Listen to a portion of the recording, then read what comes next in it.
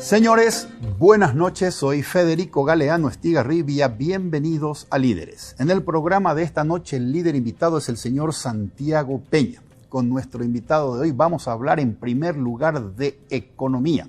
Le vamos a preguntar al señor Santiago Peña cuáles son sus planes en el caso que llegue a ser presidente de la República para revertir la actual situación económica que se caracteriza por lo que los economistas denominan estanflación. Una economía que no crece por un lado y que por otro lado tiene rebrote inflacionario.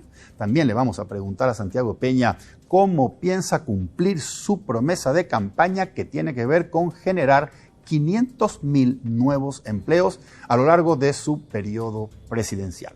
Vamos a hablar también acerca de política, las elecciones internas de diciembre próximo y las elecciones generales de abril 2023. Empezamos el programa, como siempre, agradeciendo a las empresas auspiciantes Banco GNB, Juntos Más Fuertes y Coexma SRL, creando ambientes corporativos desde 1998. Luego de la presentación del programa y de nuestros auspiciantes, conversamos con el señor Santiago Peña, aquí en Líderes, desde los estudios de ABC TV.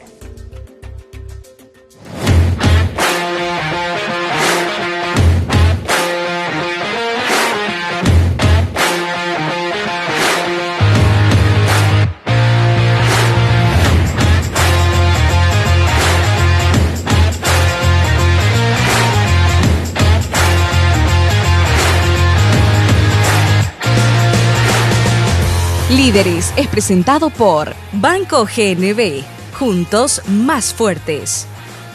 Coexma SRL, creando ambientes corporativos desde 1998. Se ajustan los calzados para realizar la definición. Toma los pasos correspondientes. Autoriza la compra. Saca su tarjeta de crédito Mastercard.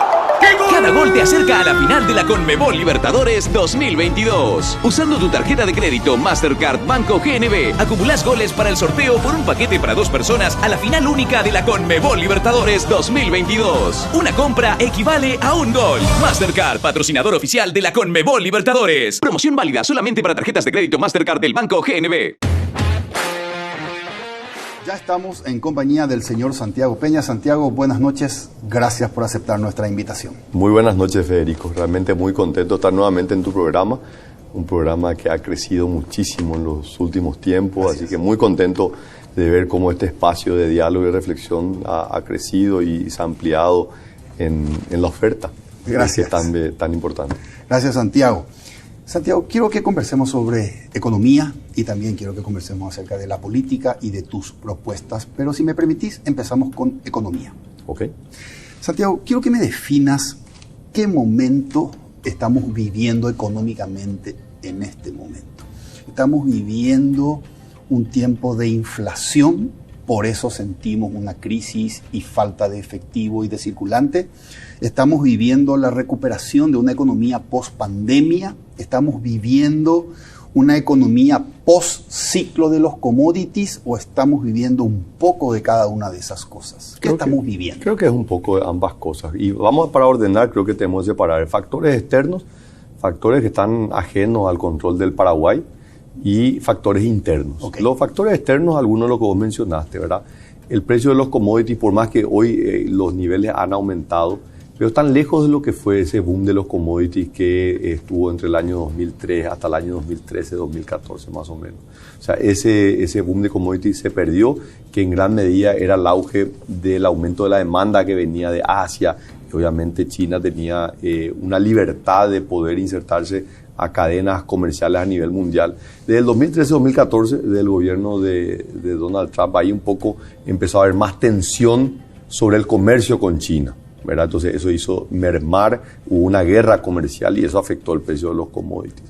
Luego tenemos también el impacto externo de lo que fue la pandemia, ¿verdad? Donde se inundó a nivel mundial dinero, la Reserva Federal, todos los bancos centrales disminuyeron las tasas de interés y eso generó una oferta de dinero tremenda que luego alimentó la inflación. La inflación volvió al mundo, ¿verdad? Después de 20, 30 años en casi todos los países avanzados, la inflación hoy es un problema. Los países que han sido más rápidos en responder a esto y anticipado el problema son los más exitosos. El caso de Brasil. Brasil lleva ya 2 meses de deflación, caída del nivel general de precios. Paraguay todavía no. Paraguay tiene todavía una inflación que está cercana a los 2 dígitos, un número muy alto. El Banco Central sigue ajustando las tasas de interés. En mi opinión, y de lo que denominamos Basanomics, nosotros habíamos dicho ya en diciembre del año 2020 que ese aumento de la masa monetaria iba a alimentar una inflación, entonces era importante retraer. Entonces esos son factores externos, aumento del precio del transporte, la logística se encareció, pero después hay elementos a nivel local, ¿verdad? No haber tomado decisiones a tiempo, una falta de coordinación económica. Yo creo que hay una falta de coordinación económica entre el Banco Central y el Ministerio de Hacienda, que es lógico, buscan objetivos diferentes, ¿verdad? La estabilidad macroeconómica en conjunto, pero el Banco Central tiene un objetivo de mediano y largo plazo y el Ministerio de Hacienda, como cabeza del equipo económico, tiene un interés más de corto plazo. Y lastimosamente creo que pesó mucho el interés de corto plazo en la decisión del Banco Central de empezar a ajustar las tasas de interés a tiempo, ¿verdad? Creo que también hay una falta de descoordinación entre áreas como industria y comercio, agricultura y ganadería, o sea, el engranaje económico, y esto obviamente está vinculado también con la situación política, falta de coherencia en la política pública, en la política económica, la corrupción, la falta de liderazgo, de alguna manera fue mermando y erosionando lo más importante que tiene la economía para generar crecimiento económico, son las expectativas. Hoy hay una crisis de expectativas. Las expectativas están deterioradas y eso obviamente dilata decisiones de inversiones, contratación de personal y eso hace que no haya un dinamismo económico en este momento. Falta de confianza. Yo creo que es una combinación de esto, ¿verdad? De varios factores, no podemos decir que es una sola. Hay elementos externos, pero yo creo que hoy principalmente son elementos internos que es lo que están jugando en contra de que haya una recuperación económica más robusta. Correcto, correcto. Y Santiago, ¿cómo prevés la economía a partir del 2023 en adelante? Paraguay durante 15 años, 2003-2018, ha tenido un promedio anual de crecimiento de aproximadamente 4.1% promedio anual de crecimiento en 15 años. Y luego, 2019, 20, 21 y 22, en promedio la economía no ha crecido. En promedio. ¿Qué va a pasar a partir del año 2023? ¿Cómo prevés que va a ser la economía en los próximos años? Y va a estar muy condicionado al escenario político, Federico. Yo creo que es fundamental y de esto no podemos nosotros disociar la economía de la política. La economía necesita un buen funcionamiento de la política y también la política necesita un buen funcionamiento de la economía, ¿verdad? Porque las demandas sociales son crecientes y es una presión sobre la clase política de responder cuando hay necesidades desde el punto de vista del aumento de la canasta básica, alimentos, falta de empleo o la inseguridad. Entonces creo que va a estar muy supeditado, condicionado de cuál es el desarrollo. ¿Qué es lo que yo creo que puede ocurrir? Yo creo que hay que separar en periodos. Hay un periodo 2003-2013 donde Paraguay crecía a un ritmo cercano al 4,5%. Pero en realidad Paraguay no hacía nada extraordinario, Federico. América Latina crecía a ese ritmo porque era el boom de los commodities. En el 2013, al periodo 2018, donde se revierte el boom de los commodities, América Latina crece en promedio al 1%. Sin embargo, Paraguay siguió creciendo cercano al 5%. En ese periodo Paraguay se convirtió en el país de mayor crecimiento económico entre todos los países de América Latina. Entonces, y porque Paraguay cambió su mix de crecimiento. Ya no era solamente la agricultura y la ganadería, que era lo que estaba influenciado por el boom de los commodities. Empezó a sumarle el proceso de industria de exportación, el régimen de Maquila, empezó a desarrollar una serie de inversiones en otros sectores de la economía que empezaron a dar un empuje económico, inclusive muy contradictorio. Nuestro vínculo comercial con el Brasil aumentó en ese periodo y Brasil se convierte en el mayor inversor extranjero en la historia del Paraguay, ¿verdad? Superando a Estados Unidos en un momento que Brasil vivía su peor recesión económica. 2015, 2016 son los 2 peores años. Entonces, cambió un poco el mix de crecimiento de Paraguay. Luego viene el periodo 2018 hasta lo que estamos viendo hoy, que obviamente la pandemia ha afectado muchísimo. En el año 2019 ya hubo una sequía, pero lo que vemos es 4 años de estancamiento económico. No solamente estancamiento económico, sino un achicamiento del PIB per cápita, porque vos podés tener crecimiento cero, pero la población sigue creciendo a un ritmo del 2%. O sea, para que la población mantenga su mismo nivel y la economía cuanto menos tiene que crecer al 2%. Entonces, estos 4 años de estancamiento económico en realidad ha hecho empobrecer, que es lo que se refleja en indicadores sociales, de empleo, de inseguridad también, porque o sea, la inseguridad es la contracara de una situación económica, cuando no hay empleo, cuando no hay plata para poner alimento en la mesa, y la delincuencia muchas veces es una de las salidas que encuentran estos sectores más vulnerables. Correcto. Santiago. Pero para responder nomás, porque no respondí todavía, sí. Yo, obviamente, como un actor político y alguien que quiere tener la confianza de la ciudadanía, yo creo que los próximos 5 años pueden ser los 5 años de mayor crecimiento económico en la historia del Paraguay. Perdón, repetime eso. Yo creo que los próximos 5 años pueden ser los 5 años de mayor crecimiento económico en la historia del Paraguay. Los próximos 5 años pueden ser los de mayor crecimiento económico en la historia del Paraguay. Así mismo. ¿De qué depende que eso ocurra? Y depende, obviamente, de las decisiones políticas que se tomen el 18 de diciembre y el 30 de abril, ¿verdad? Que quien esté al mando del gobierno tenga claridad sobre el desafío del próximo quinquenio, que va a estar muy concentrado en el campo económico. Salir de la pandemia. Esta pandemia ha dejado severas consecuencias dentro de las familias paraguayas, entonces creo que quien asuma el poder o la conducción del Poder Ejecutivo tiene que tener muy claro sobre el manejo económico y cómo generar las condiciones. Y yo creo que también el escenario que nosotros estamos enfrentando puede ser muy propicio. Uno, no ha habido crecimiento económico, entonces la vara está muy baja, esa es la realidad. La vara está muy baja, generar crecimiento económico tampoco va a ser un mérito muy grande. Cuando vos tenés una economía que no crece, hacerla crecer es relativamente fácil. Cuando vos venís creciendo al 5 o el 6%, sostener eso cuesta más, que es lo que le pasó a este gobierno. Creo que la negociación de Itaipú es un tema central, lo que nos va a llevar a nosotros decididamente a apostar sobre la utilización de la energía eléctrica. Ante la disminución que ya está ocurriendo del costo de la energía, Paraguay tiene que atacar decididamente el uso de la energía eléctrica.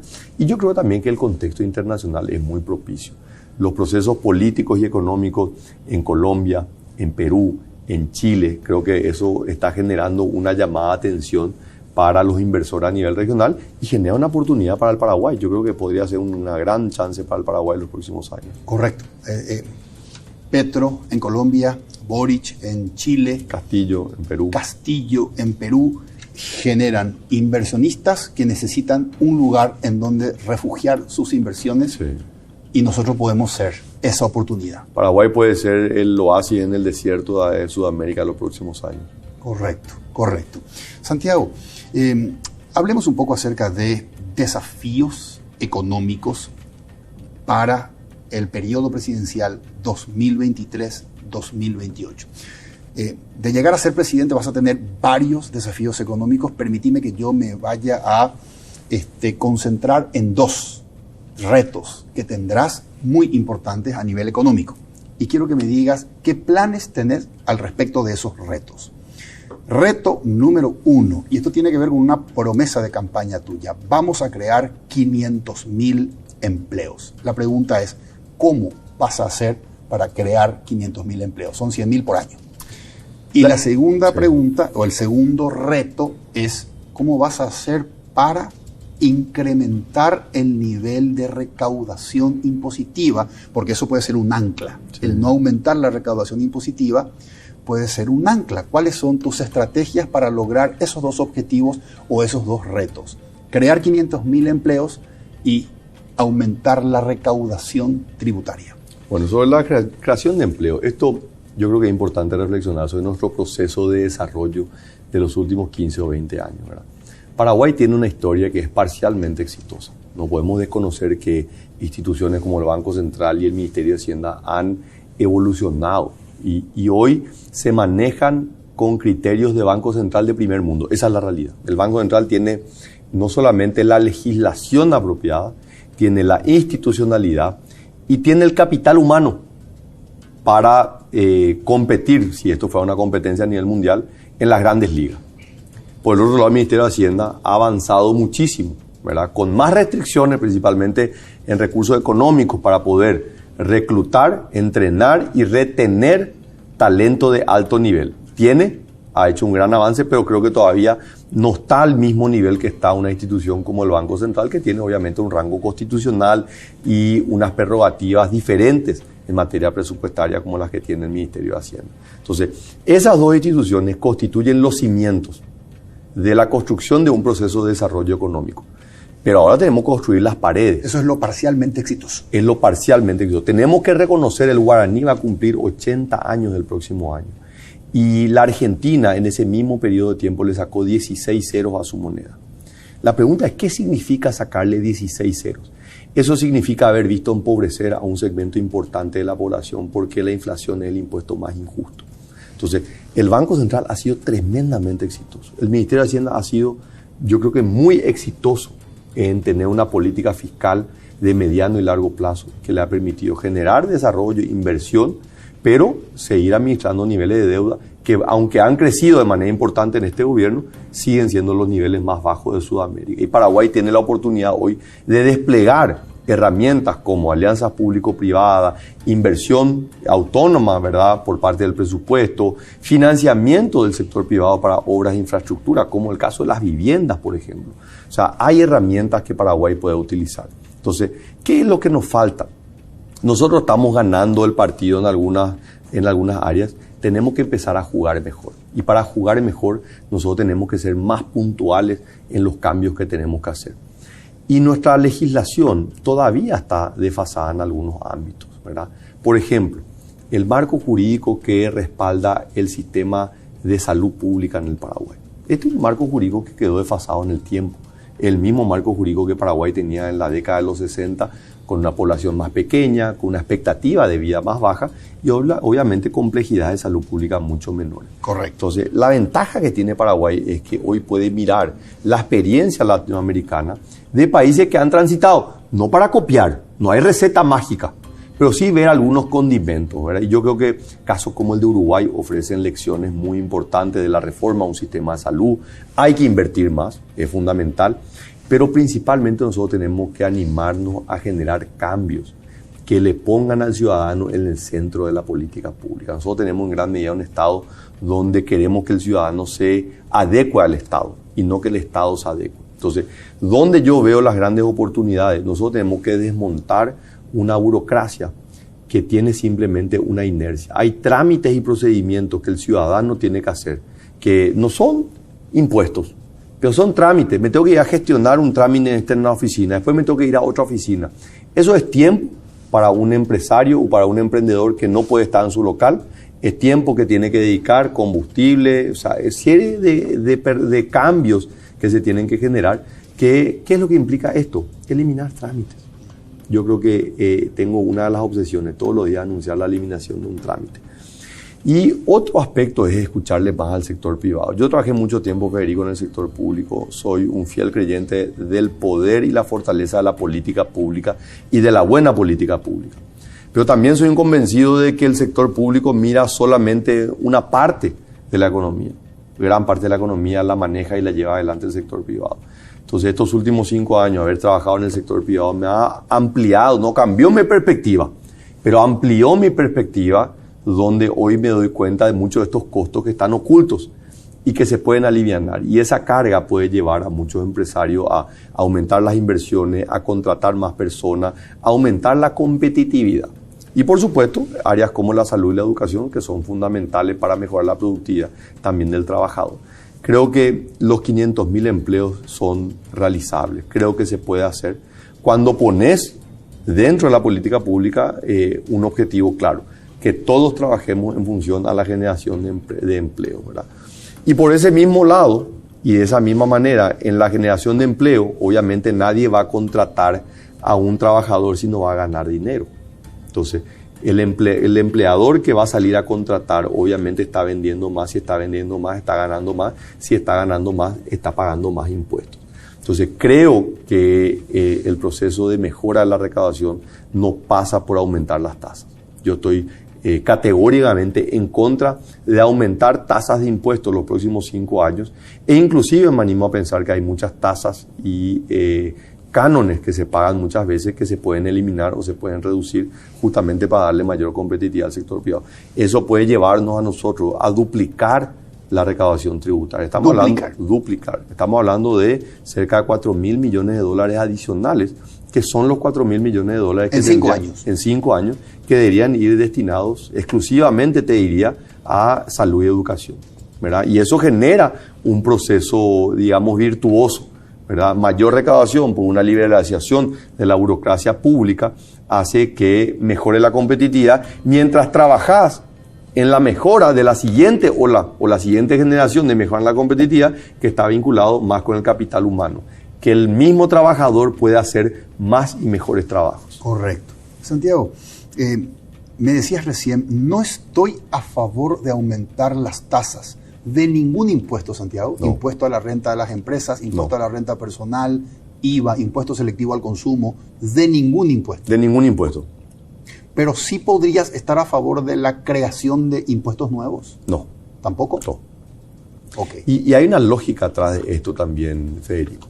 La lógica es que cuando el Estado crece, el sector privado disminuye. Nosotros no vamos a inventar nada. Hace 250 años que Adam Smith, quien es considerado el padre de la economía moderna, sacó el libro La riqueza de las naciones. Y a lo largo de estos 250 años hemos visto casos de éxito y de fracasos.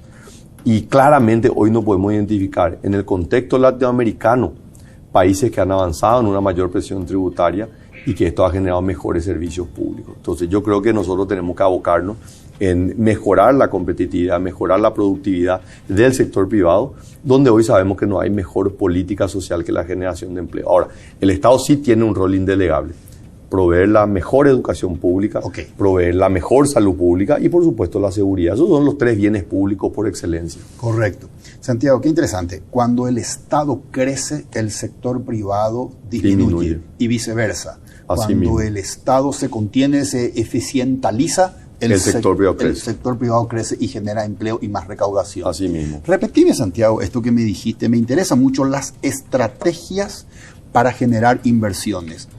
APP, Asociación Público-Privada.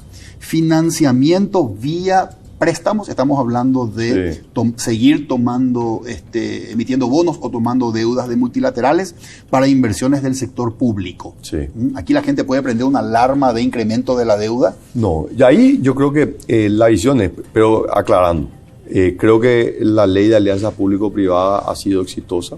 Yo creo que la concesión de la Ruta 2 es un éxito, todos podemos ver lo que nos lleva a llegar hoy a Ciudad del Este. Cierto. Creo que se tiene que avanzar, creo que la herramienta se puede todavía hoy en base a la experiencia que va a cumplir casi 10 años de la aprobación de la ley. Hay muchas lecciones aprendidas para hacer una ley más ágil en la ejecución, ¿verdad? Lleva mucho tiempo el proceso de conclusión de una obra. Entonces creo que hay lecciones aprendidas para acelerar. Creo que no tenemos que tenerle miedo a la deuda. Lo que nosotros tenemos que saber es para qué nos endeudamos, ¿verdad? ¿Para qué se endeuda una ama de casa o un trabajador cabeza de familia? Si va a endeudarse simplemente para irse de viaje, y probablemente no es lo mejor. Si se va a endeudar simplemente para financiar su consumo, no es lo mejor. Pero si va a endeudarse para reemplazar la cuota de un préstamo hipotecario, va a reemplazar la cuota de un alquiler, y tiene mucho sentido, ¿verdad? Porque está aumentando su patrimonio. Correcto. Con esa medida. Lo mismo con una empresa. Si la empresa toma la deuda para aumentar sus ventas o aumentar su producción, tiene mucho sentido.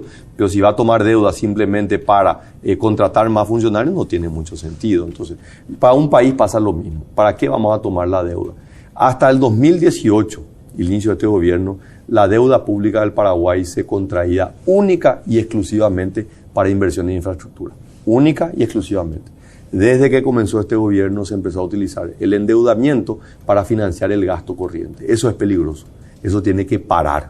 Y mi compromiso es de parar eso en el próximo gobierno. Y volver a restituir la deuda como una herramienta de financiamiento del crecimiento. Porque está demostrado que el retorno sobre una inversión es siempre mucho más alto que el retorno sobre el gasto de consumo, ¿verdad? Correcto. Santiago, hay un techo en términos de porcentaje sobre el PIB. Y vos decís, esto no podemos pasar. Y mira, hay parámetros que se manejan a nivel internacional, ¿verdad? Siempre hablan de un nivel del 40%. 40%, pero tenés países, por ejemplo, Colombia tiene más del 60%, Brasil tiene cercano al 100%, ¿verdad? Pero yo creo que por la matriz productiva del Paraguay y las fuentes de financiamiento y el sistema tributario, yo creo que nosotros estamos en una situación de riesgo, ¿verdad? Ahora, ¿por dónde va a venir o por dónde se va a permitir un crecimiento de la deuda en términos nominales? A través de un crecimiento de la economía. Correcto. ¿Verdad? Entonces vos lo que tuviste fue, se duplicó la deuda pública en este gobierno, sí, pero no hubo crecimiento económico. Claro. ¿Y cómo vos pagás la deuda o cómo vos administras la deuda? Con el crecimiento económico. Exacto. Si vos no haces crecer la economía, la deuda se vuelve insostenible. Exactamente. Si vos haces crecer la economía, la deuda se vuelve manejable. Correcto. Entonces hablábamos, Santiago, de asociaciones público-privadas, hablábamos de financiar inversiones del sector público y hablábamos también de fuentes de financiamiento a largo plazo para estimular inversiones del sector privado. Ok, perfecto. Santiago, ¿quién va a ser tu ministro de Hacienda? No tengo, Federico. Vos sabés que creo que es un mal augurio, ¿verdad? Decir buenos días antes que amanezca. Yo necesito ganar una interna, yo necesito ganar unas elecciones generales y no tengo ninguna duda. En Paraguay hay gente, pero de una capacidad tremenda para desempeñarse en cada uno de los ámbitos de competencia del Estado, ¿verdad? Así que yo obviamente, mi perfil, digamos, como alguien que emerge del mundo académico, técnico, pero después se vuelca a la arena política, yo hoy soy un político con alto conocimiento técnico. Cierto. Entonces, la visión que yo tengo del gabinete que quiero armar y el equipo que quiero armar es gente comprometida con una visión política del Paraguay, pero que sea competente en cada una de las áreas y disciplinas en las cuales tiene que desempeñar. ¿Qué te quiero decir con esto? Que no porque yo tenga afinidad política con una persona, él va a ir a desempeñar un cargo en una institución que requiere un conocimiento técnico. Okay. La condición de una visión política es excluyente, pero también es excluyente la competencia para poder desempeñarse en ese cargo. Perfecto. Elogiaste mucho al Banco Central del Paraguay, dijiste que está en condiciones de competir con bancos centrales de cualquier nivel del mundo. ¿Esa calidad institucional del Banco Central se puso en riesgo a partir de últimas designaciones? Yo siento que sí. Y ahí la explicación es la siguiente. El Banco Central, y poniendo en términos futbolísticos, está ganando el partido. Por más que la inflación ha aumentado en estos últimos meses. Pero lo que nosotros estábamos acostumbrados no solamente a ganar el partido, sino a jugar bonito. Nosotros queríamos implementar las 3G, ¿verdad? Que ganar, gustar y golear. ¿Verdad? A eso estábamos acostumbrados. O sea, Carlos Fernández Baldovino, como presidente del Banco Central del Paraguay, los 5 años, fue reconocido los 5 años por agencias especializadas entre los mejores presidentes del Banco Central del mundo, ¿verdad? O sea, Paraguay ganaba, goleaba y gustaba. Entonces, lastimosamente, hoy vemos riesgos en eso, ¿verdad? Porque parte de eso era también esa autonomía de hecho y de derecho. Y te voy a dar un ejemplo. Yo fui funcionario del Banco Central, yo fui miembro del directorio del Banco Central y luego fui ministro de Hacienda. Y en un momento dado, donde queríamos mejorar todavía la coordinación entre el Banco Central y el Ministerio de Hacienda, le planteo al directorio del Banco Central la posibilidad de que el ministro de Hacienda, no Santiago Peña, pero que el ministro de Hacienda pueda participar con voz, pero sin voto dentro del Comité Ejecutivo de Operaciones de Mercado Abierto, que es el órgano técnico más importante que tiene el Banco Central, que toma las decisiones en materia de tasa de interés. Yo le decía, yo quiero contribuir en este debate técnico, pero que también tiene implicancias. Y la respuesta fue no. La respuesta fue no. No fue una locura que yo planteé, porque hay otros países. En verdad, yo hablaba con mi par de Colombia, Mauricio Cárdenas, y yo veía que él participaba en el comité ejecutivo, ¿verdad? Y así mismo, con voz pero sin voto, ¿verdad? Para tratar de enriquecer el debate. Y el Banco Central me dijo que no. Al ministro de Hacienda. Las 5 designaciones que hubo en el gobierno del señor Horacio Cartes emergieron del interior del Banco Central. La propuesta de Carlos Fernández Baldovino fue una propuesta que emergió del directorio del Banco Central, que se puso a consideración en su momento primero de Germán Rojas, que era el ministro de Hacienda designado, todavía no había asumido, y él puso a consideración del presidente electo Horacio Cartes.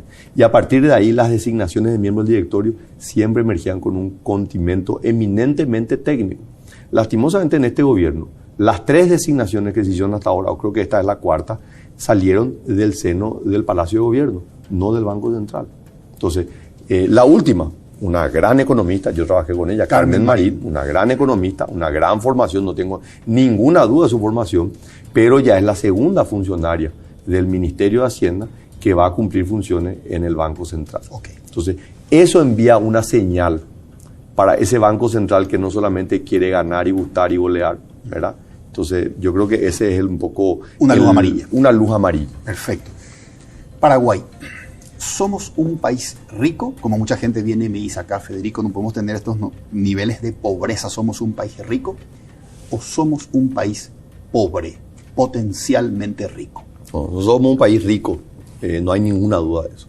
Nosotros tenemos un serio problema de abundancia. Nosotros tenemos una geografía riquísima y un territorio muy amplio. Nos confundimos a veces cuando miramos el mapa del continente americano y creemos que Paraguay es un país pequeño. Paraguay geográficamente es más grande que Alemania y con una riqueza en recursos naturales que todavía nosotros no terminamos de entender ni de comprender el potencial que tiene el Paraguay, no solamente para nosotros y los paraguayos, sino para el mundo. Entonces, 40 millones de hectáreas es la geografía paraguaya. Tiene un potencial de desarrollarse sosteniblemente y cuidando el medio ambiente. Pero no lo cuidamos. Nosotros tenemos demasiada tierra y no cuidamos nuestra tierra. Nosotros estamos encima de los mayores acuíferos, las mayores reservas de agua dulce. Sin embargo, nosotros seguimos contaminando nuestros cauces hídricos. Entonces, nosotros tenemos demasiado agua y no cuidamos nuestros cauces hídricos. Pero el concepto más importante, Federico, es que nosotros tenemos la población más joven de Sudamérica y no le cuidamos a nuestros jóvenes. No le cuidamos a nuestros jóvenes. O sea, lo más importante, un país como Argentina, que me tocó estar hace unos días, o Uruguay, tiene el problema inverso, tiene la población más longeva. Y eso es una carga tremenda para la sociedad, porque hay que cuidarla a los mayores. Y tienen probablemente expectativa de trabajar menos años ya, porque ya están llegando ya hacia su edad de jubilación. Y eso implica poner presión sobre los sistemas jubilatorios y de salud pública. Paraguay tiene la inversa. Pero nosotros nos estamos atacando donde sabemos y está demostrado que la inversión pública es más rentable, que es en esos primeros 5 años de la educación. Nosotros nos estamos atacando a la mejora de la educación media. Nosotros nos estamos atacando a aquello que sabemos que es fundamental para generar conocimiento de alto impacto, que es la universidad pública. Nosotros no estamos utilizando herramientas que están demostradas que son muy efectivas para dar una salida laboral, como el Servicio Nacional de Promoción Profesional o un Ministerio de Trabajo, Empleo y Seguridad Social que esté abocado a esta obsesión que te digo yo que tengo, que es la generación de empleo. No vemos eso. Ok. Santiago, pasemos un poco a hablar de política. ¿Qué dicen hoy los estudios o las encuestas con respecto a los porcentajes de apoyo o de votación posible a tu campaña? La foto de hoy, Federico, muestra una diferencia abrumadora, ¿verdad? Una diferencia de 51 puntos para mí, o 14 puntos para Arnoldo Vin. 51 puntos contra 14. Contra 14. Y la diferencia es no sabe, no responde, que es un poco el porcentaje de la gente que no va a votar.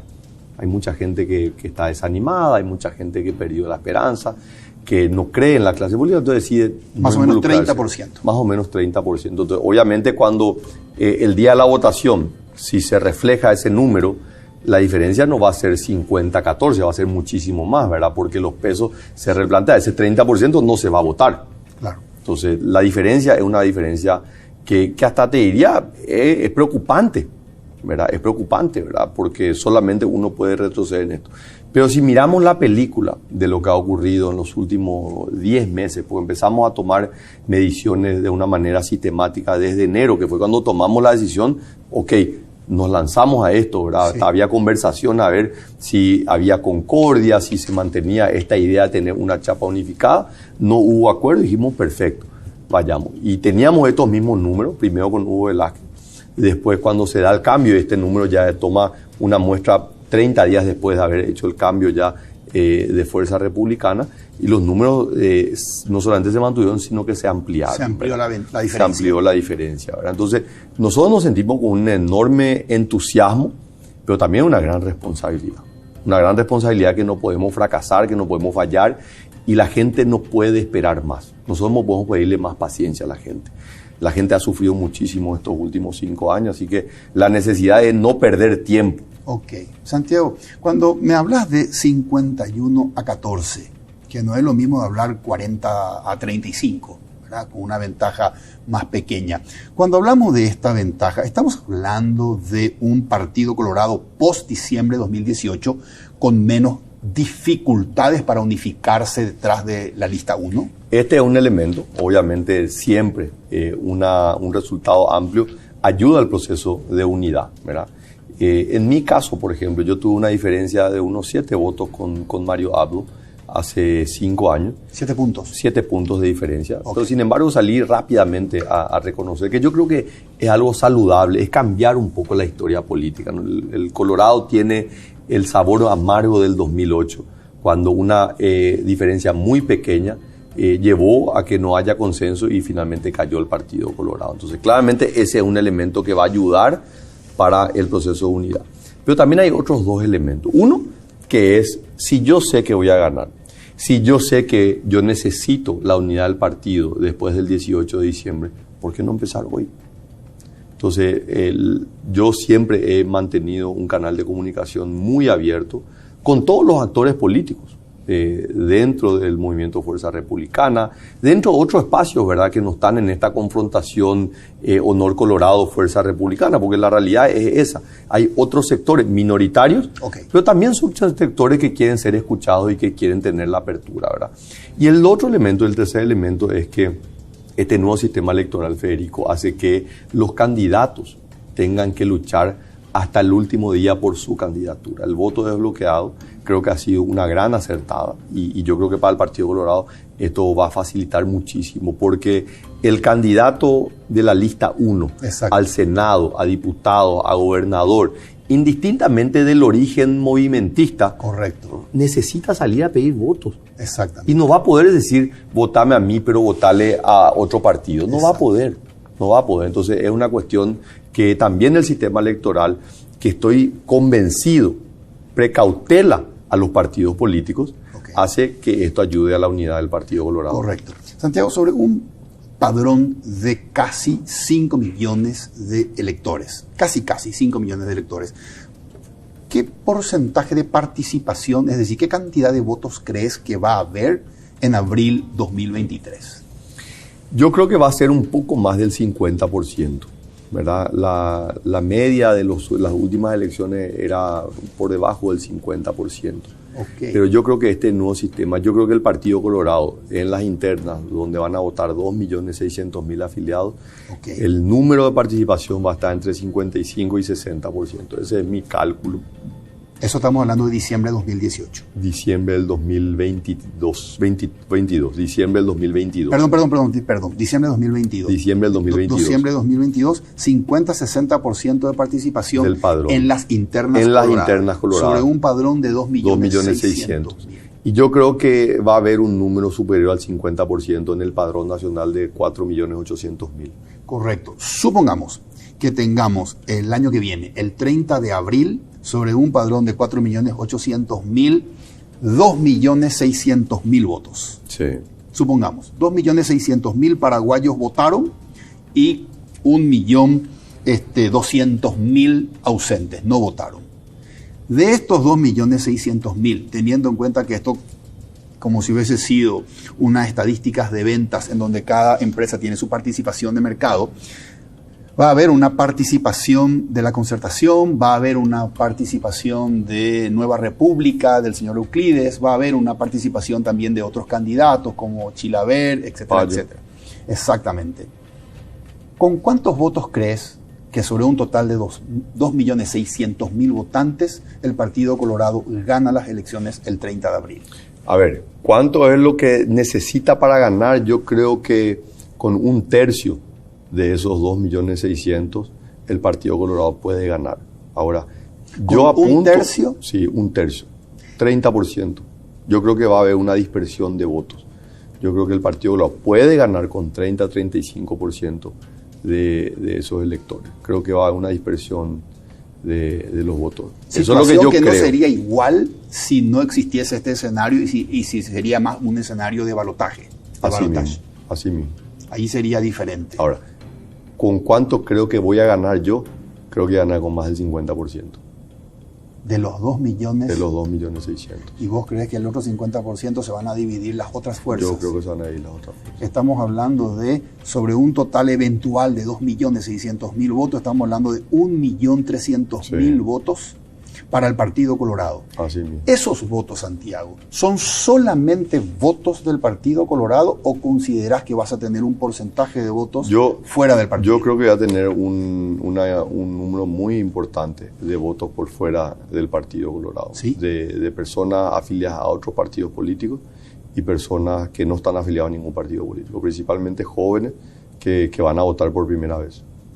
Correcto. El Partido Colorado tuvo 1.100.000 votos en las elecciones del 2018. Y vos pensás que ahora vas a estar como mínimo en 1.300.000. Así mismo. Es decir, el 50% de un total eventual de 2.600.000 votos. Sí, de hecho, hacer el cálculo, si mirás sobre el padrón Colorado, 2.600.000, va a votar más del 50%, o sea, va a votar más de 1.300.000, ¿verdad? O sea, yo creo que eso ya te pone el piso de cuáles van a ser los votos el 30 de abril, y a eso le voy a sumar votos que no van a votar en las internas del Partido Colorado. Claro, por fuera del Partido Colorado. Así mismo. Santiago, yo quiero que volvamos a este tema que vos me mencionabas el tema de tu obsesión con respecto a la creación de empleo vía principalmente atracción de inversiones, y me hablabas también de reformas de segunda generación. Vos hablabas de mantener nuestros éxitos parciales, referidos a los logros macroeconómicos, a los que le vamos a llamar logros de primera generación.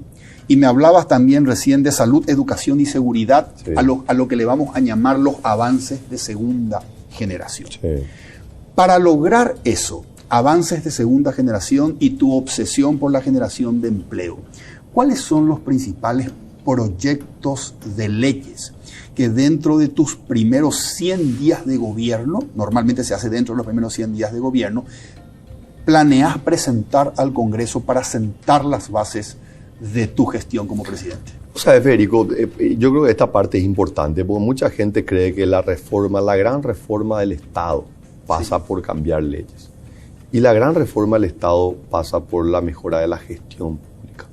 Es un cambio cultural más que un cambio de ley. Yo creo que el Paraguay... Claro, pero vos me hablabas de atraso legislativo. Sí, a ver, en el campo, por ejemplo, de salud pública. En el campo de salud pública, la experiencia internacional, ¿verdad? Y el caso específico Uruguay dice que si vos tenés el ministro de salud, que es el encargado de la rectoría de la salud pública, la supervisión de la salud pública, pero al mismo tiempo tiene que proveer la salud pública, se genera un conflicto de interés. Entonces el ministro de salud no debería tener hospitales ni médicos a su cargo, debería ser el órgano rector de la salud pública. Y debería haber una institución pública que pueda administrar los hospitales públicos y administrar a los médicos, ¿verdad? Que podría ser el IPS, un IPS ampliado, o podría ser otra institución, ¿verdad? Entonces hay que generar el marco jurídico que sostenga esa visión, ¿verdad? Entonces esa es un área, y dentro del Ministerio de Salud Pública hay gente muy competente que conoce de esto. Yo lo hablé en su momento, me acuerdo, con el ministro Mazzolini, que todavía no había asumido, y le dije, este es el camino, y lastimosamente no avanzaron en eso. No avanzaron, lastimosamente no hubo ningún avance en ese sentido. Y en materia de educación, ¿verdad? Creo que, y lastimosamente este gobierno creo que ha desvirtuado, ¿verdad? Por falta de conducción y de gestión, un proceso de mejora a la educación pública. De hecho, ha habido un enorme retroceso, y esto se da no por una ley, sino por el liderazgo que puso al frente de estas instituciones. Y hoy hay un problema de credibilidad sobre el proceso de transformación de la educación. A mí me da miedo las cosas que yo estoy escuchando y las agendas ocultas que se están diciendo. Pueden ser discursos muy extremistas, y no sé, hoy no tengo confianza en el gobierno. No tengo confianza. Entonces, yo quiero que mejore el sistema educativo en el Paraguay. Pero la pregunta es, ¿qué yo me imagino como un proceso de mejora? Para mí un proceso de mejora es que los niños sepan leer, escribir, multiplicar y puedan ser personas que ven su desarrollo personal como una herramienta de progreso. Yo no estoy hablando de la ideología de género, yo no estoy hablando que se metan con el rol que tiene la familia y los padres en la supervisión y en la rectoría de la educación de los hijos, ¿verdad? ¿No apoyaría eso? No, para nada. O sea, no pasa por ahí la mejora de la educación. Nosotros tenemos que ver cómo hacemos para que en la próxima evaluación de PISA, cuando se le evalúe a los chicos de 15 años, Paraguay no esté en el fondo de la tabla. Eso tiene que ser un proceso de mejora a la educación. O sea, obviamente se utilizó la palabra transformación, pero la transformación es una mejora a la educación, no pensar si vamos a enseñarle a nuestro hijo sobre temas de género. No tiene que pasar por ahí. O sea, yo estoy diametralmente opuesto a todo eso, ¿verdad? Entonces, principios como la familia, el matrimonio, la unión entre el hombre y la mujer, el tema del derecho a la vida, esos son cosas que para mí son innegociables. Okay. Innegociables. Ok. Santiago, y en materia de, por ejemplo, la reforma del servicio civil, ¿va a estar dentro de tus prioridades, dentro de los paquetes de ley que vas a impulsar? Sí. Desde la ley 1626 creo que es, que se había aprobado allá en el año 2002, la ley nunca se pudo aplicar, ¿verdad? Esa es la ley de la función pública. Era inconstitucional, muchas instituciones, incluido el Banco Central, apelamos a esa ley con una acción de inconstitucionalidad. Entonces, a partir ya nosotros trabajamos en un proyecto de ese tipo de darle un marco jurídico a la gestión. ¿Eso qué quiere decir? A la incorporación, a la capacitación, a la formación y a la retención y salida de los funcionarios públicos. Pero este marco jurídico no puede ir en contra de nadie. Tiene que ser una herramienta que defienda los derechos de los trabajadores y dé un marco jurídico de aquí para adelante donde los trabajadores se puedan ver proyectados y puedan mejorar su trabajo. Todos quieren mejorar. Los funcionarios públicos se merecen. Yo fui 20 años funcionario público. Yo también sufrí muchas de las injusticias que se dan en la administración pública, ¿verdad? Entonces, creo que esa ley que ya fue presentada y nosotros nos hemos puesto a favor de esa ley, creo que si no va a perjudicar a los funcionarios públicos que hoy están en servicio, debería ser aprobado. Correcto, no perjudica a los funcionarios públicos activos hoy, pero sí establece un nuevo orden para las futuras incorporaciones. Claro, mecanismo de entrada, mecanismo de promoción, o sea, transparencia en la gestión de los recursos humanos. Que se pueda implementar, por ejemplo, la carrera civil, que haya previsibilidad. Porque muchos de los funcionarios públicos, de repente se cambia el director, se cambia el viceministro y le mete una patada y le trae a su amigo. Esas son grandes injusticias que también, porque no hay un marco jurídico.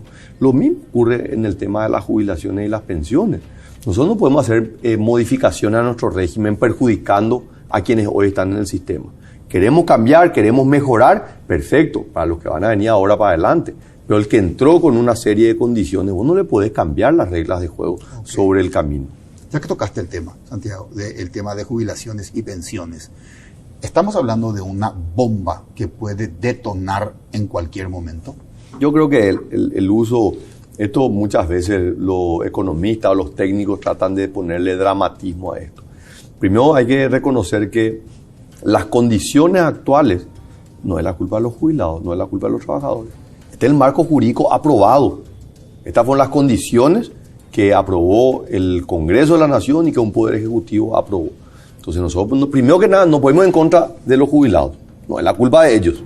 Ahora, ¿queremos mejorar financieramente? ¿Se puede mejorar? Por supuesto que sí. Pero ninguna mejora de sostenibilidad puede ir en contra de ninguno de los beneficios. Nadie. Y digo esto y aclaro, Federico, porque esto es un tema sensible que se utiliza muchas veces en política electoral. Cierto. Te van a sacar el miedo. En mi caso y en mi gobierno no se van a tocar ninguno de los beneficios de quienes hoy están en el sistema. Queremos mejorar de aquí para adelante. De las cajas. Ninguna de las cajas. O sea, porque sean de los policías, sean de los militares, sean de los maestros, sea del personal civil. ¿Queremos mejorar? Se puede mejorar. Claro que sí. Podemos invertir mejor los recursos de la caja fiscal para que tengan un mayor retorno. Podemos ver de aquí para adelante una opción para que el que quiera trabajar más años para tener un aumento en su jubilación pueda hacerlo, pero no podemos perjudicarle a la gente que entró con estas reglas. No podemos cambiarle las reglas a aquellos que hoy forman parte del sistema. Correcto, pero vas a tener un desafío muy importante de liderazgo para persuadir, no cambiar beneficios a los que hoy ya están dentro del esquema, pero para persuadirlos, por ejemplo, de que se necesita, a pesar de que se les vende la idea de que esto es un perjuicio para ellos, una superintendencia de jubilaciones y pensiones. Sí, ese es un tema separado y es fundamental lo que vos mencionás, ¿verdad? Nosotros estamos hablando de los beneficios de a los cuántos años se jubilan, cuál es la tasa de reposición. Ahora, hay una realidad. El Paraguay tiene cerca del 10% del PIB, unos 4.000 millones de dólares, que es el ahorro de los paraguayos. El ahorro de los paraguayos son las pensiones. Esa plata no es del Estado, esa plata es de los trabajadores públicos y privados. Y ese dinero no puede estar simplemente al arbitrio del administrador de turno. Correcto. Es como el dinero del banco. Exacto. El dinero que administra un banco no es el dueño del banco, es del depositante. Así es. Y el Banco Central, con la Superintendencia de Banco, está controlando el uso de ese dinero. La Superintendencia no le dice a quién le tiene que prestar el banco y en qué condiciones, pero le da un marco de supervisión, le dice, cuidado, porque esta plata que no es tuya, vos tenés que recuperar para que cuando el depositante quiera retirar, tenga ese dinero disponible. Para eso, en materia de pensiones, necesitamos una superintendencia de fondo de pensión, que de hecho está en la misma Constitución, Federico. El Estado se compromete a supervisar y regular los fondos previsionales, y hasta ahora no lo está haciendo. Estamos dejando que las cajas administren sin una supervisión rectora. Así mismo. Santiago, el señor Alfredo Jaegli, aquí en el programa, me dijo lo siguiente, me dijo, yo me imagino que si el señor Santiago Peña es presidente de la República y al señor Horacio Cartes le da un infarto y fallece, esperemos que eso no ocurra, por supuesto, al señor Santiago Peña se le hace un juicio político al instante, porque no hay un peñismo, es decir, un soporte político más allá del cartismo que lo soporte al señor Santiago Peña. Es un líder frágil, dependiente. ¿Qué opinas? Mira, creo que es una visión muy simplista y obviamente sesgada, ¿verdad? Yo tengo varias historias con el ex senador Jaegli. La última fue habrá sido unos 10 años más o menos, cuando yo llego al directorio del Banco Central y él me convoca, él era senador de la Nación. Y me convoca, estamos hablando del gobierno de Federico Franco. Me convoca a su residencia y me dice, Santiago, te aviso que vamos a avanzar en el proceso de dolarización de la economía paraguaya. Y yo le digo, y esta es una idea que él ha elaborado por años, ¿verdad? Que la solución del Paraguay es la deuda, o sea, tener moneda en dólares. Y yo le digo, senador, lastimosamente estoy en contra de esa posición, así que difícilmente podría yo defenderla o promoverla, le digo. Y le doy los argumentos, y cuando está dando los argumentos me para y me dice, basta, ustedes los economistas no se puede hablar que esto, retírese acá. Y me echó de su casa, ¿verdad? Me echó de su casa, pero bueno, es parte un poco de la fauna política que tenemos, ¿verdad? Pero creo que lo que él dice, la apreciación que él dice, que no existe un peñismo, creo que es probablemente la gran virtud, porque yo no quiero que exista un peñismo. Yo quiero que exista un presidente de la República que sea capaz de articular apoyos políticos, no solamente para que no sea removido por juicio político, porque si esa nomás es mi aspiración, es muy pequeña. Mi aspiración es generar los grandes cambios en el Paraguay, para lo cual necesito tener la capacidad de articular y de convencer a personas que están en la arena política que hoy tienen la posibilidad de ser electas para el próximo periodo legislativo. Así que creo que la visión de él es una visión chata, es una visión probablemente del pasado, de esa visión de caudillo, ¿verdad? Que es mi pertenencia, estos votos me pertenecen a mí, los votos ya no le pertenecen a nadie. Correcto. A nadie. Esto se construye día a día y esto es lo lindo de la democracia. Así que lo que él puede ver probablemente como una debilidad, creo que es mi gran virtud. Santiago, tengo que hacer una pausa. Te voy a dejar una pregunta y me la respondes dentro de 30 segundos, que es lo que dura nuestra pausa. Okay. Quiero hablar acerca de tu legado, si llegas a ser presidente de la República. Cuando hablamos de legado, obligatoriamente tenemos que hablar de reduccionismo, porque un presidente no puede dejar en 5 años un conjunto de legados. Sería muy ambicioso y probablemente utópico. Entonces tenemos que reducir a qué legado o qué 2 legados te gustaría dejarle al Paraguay como tu ejercicio como presidente de la República. Okay. ¿Cuál sería ese legado? Me responde después de la pausa. Vamos a hacer una pausa y regresamos para cerrar el programa con el señor Santiago Peña. Se ajustan los calzados para realizar la definición. Toma los pasos correspondientes. Autoriza la compra. Saca su tarjeta de crédito Mastercard. ¡Qué gol! CONMEBOL te acerca a la final de la CONMEBOL Libertadores 2022. Usando tu tarjeta de crédito Mastercard Banco GNB, acumulás goles para el sorteo por un paquete para 2 personas a la final única de la CONMEBOL Libertadores 2022. Una compra equivale a un gol. Mastercard, patrocinador oficial de la CONMEBOL Libertadores. Promoción válida solamente para tarjetas de crédito Mastercard del Banco GNB. Continuamos con el señor Santiago Peña aquí en Líderes. Santiago, te dejé la pregunta con respecto a cuál te gustaría que sea tu legado como presidente de los paraguayos. Mi legado, ¿qué es lo que yo añoro y deseo fervientemente? Que a lo largo de mi vida, yo pueda generar las condiciones para que otros paraguayos se involucren en política.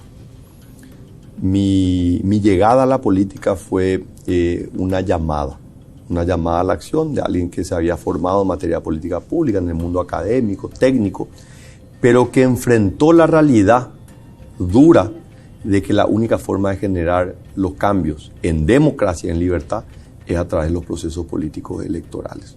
Entonces, cuando yo perdí las elecciones en el 2017, dije, yo no puedo terminar acá, porque ahí le envió la señal errónea a la gente. Hay que seguir luchando, y la lucha no se define en una elección o en una presidencia o en un ministerio. Se define a lo largo de una vida. Y te voy a dar un ejemplo que grafica muy bien esto. Hace unos días me entrevisté, le conocí a un señor. Se llama Rodolfo Gil. Rodolfo Gil cumple el 27 de octubre 103 años. Fue viceministro de Transporte en el año 1952. Fue el primer presidente de la ANDE, un paraguayo que tuvo que emigrar al exterior. Fue exiliado durante casi 30 años y volvió en los 90.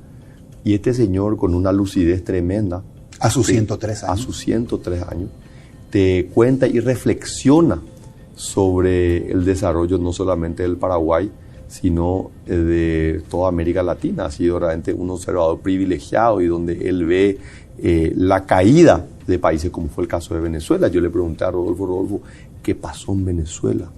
Y me dice, fue tal el ataque hacia los partidos políticos, que cuando derrumbaron los partidos políticos, ahí emergieron los proyectos populistas, el caso de Chávez y de Maduro, ¿verdad? Y eso me obliga a mí a entender que mi lucha no va a estar definida solamente por una presidencia o por un ministerio o por haber sido, sino a lo largo de mi vida, ¿qué hice yo para defender la democracia? Y entendiendo que la democracia solamente se construye desde los partidos políticos. Yo elegí el Partido Colorado, otros pueden elegir otro partido, pero mi legado, si yo quiero aspirar a algo, es que el día de mañana, cuando yo no esté, digan, acá estuvo un demócrata que entendió que la única forma de ser libre es a través de la política, y intentó con toda su fuerza mejorar la política y atraer a nuevos talentos y a buenos talentos para que participen de este proceso democrático. Qué interesante, defender la democracia. La democracia se tiene que defender. Así mismo. Qué interesante. Santiago, tu eslogan de campaña, tu idea fuerza es vamos a estar mejor. ¿En qué vamos a estar mejor? Y con esta pregunta terminamos la entrevista. El que todos queremos mejorar. El concepto de la mejora es general, es amplio. El ciudadano que está caminando quiere correr y quiere de alguna manera que el Estado le genere las condiciones para correr. El ciudadano que ya está corriendo, y podemos hablar de los grandes empresarios, quieren volar porque quieren ir a otros mercados, quieren conquistar más mercados, más clientes, y quieren que el Estado les genere las condiciones, ¿verdad? Pero también tenemos que entender que el Estado tiene un rol que es indelegable, que es ayudarle a aquel ciudadano que todavía está en el piso, que ni siquiera se puede parar. ¿Quiénes son? Y son los 2 millones de paraguayos en situación de pobreza, son los paraguayos que no consiguen empleo, son los paraguayos que no tienen acceso a salud y educación. Entonces nosotros tenemos que... Los que no llegan a fin de mes. Los que no llegan a fin de mes, los que sufren la inseguridad en el transporte público, los que lastimosamente no pueden darle las condiciones mínimas a su familia. Entonces nosotros tenemos que generar condiciones, por supuesto, para el que ya está caminando que pueda correr, que se sienta mejor, del que ya está corriendo que pueda volar, porque ese que va a volar le va a ayudar y le va a estirar a otros que están caminando. Entonces el Estado tiene la obligación, pero la prioridad tiene que ser aquel que está en el piso. Entonces vas a llegar, la prioridad es esa población vulnerable. Si vos no le ayudás al más vulnerable, no te sirve de nada ayudarle al que está caminando y que está corriendo. Pero tenés que atenderle a los tres, y a los tres le tenés que atender de manera diferente. Uno va a necesitar una transferencia condicionada con un pequeño apoyo, un apoyo productivo. El trabajador que ya está trabajando probablemente tenés que mejorar las condiciones de crédito, financiamiento para la vivienda, financiamiento a largo plazo para capital operativo para una pyme. Y al gran empresario tenés que generarle condiciones como mejorar la navegabilidad de los ríos, evitar el contrabando, el libre tránsito en las rutas, ¿verdad? Que le perjudica a la industria para poder llevar sus productos. Entonces, el Estado tiene una gran fortaleza y tiene todas las herramientas para poder ayudar, para que todos se sientan mejor. Correcto. Y lo que necesitamos los tres, el empresario, la clase media y los sectores más vulnerables, es paz. Así mismo. Para poder trabajar y para poder saber que vamos a volver tranquilos a nuestra casa al término de la jornada. Santiago, un gustazo. Gracias. Muchas gracias, Federico. Un saludo a la audiencia. Soy Federico Galeano Estigarribia. Esto fue Líderes. Buenas noches. Líderes fue presentado por Banco GNB. Juntos más fuertes. Coexma SRL, creando ambientes corporativos desde 1998.